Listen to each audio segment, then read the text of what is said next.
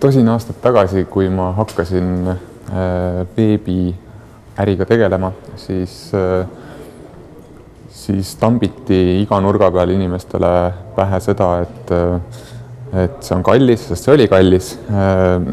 Et saada kodus internetiühendust, siis sa olid ikkagi rikas inimene ja ka siis sa maksid iga minuti eest, mida sa netti kasutasid.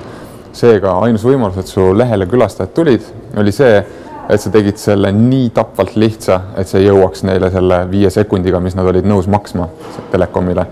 Ja siis 5 sekundiga said sa oma lehe kätte ja seal oli ainult tekst. Ja see mõtteviis hakkas vaikselt muutuma siis, kui inimesteni lõpuks püsiühendused jõudsid. Mida see 100 M-ni jõudmine kaasa toob, see on ammu üle veebi vajaduste.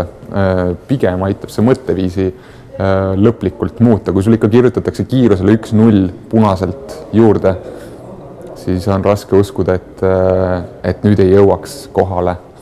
Nüüd jõuab kohale. Et see müüt saab ümber, ma saan kergemalt hingata. Veebiarendajatel tekib siit ka üks uus selline võimalus. Ma arvan, et nüüd hakatakse senisest rohkem tooteveebides toodet videona näitama. Et see on ikka veel selline pelglik suhtumine inimestel.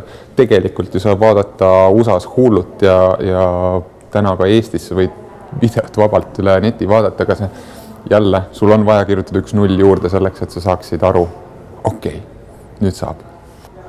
Mina jään rõõmsalt ootama, et see on ennekõike kodukasutajast hakkab see pihta.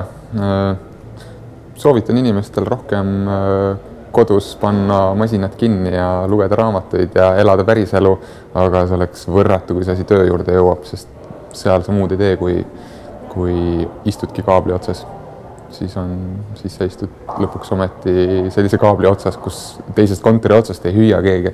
Kurat, kes jälle kaabli otsas istub?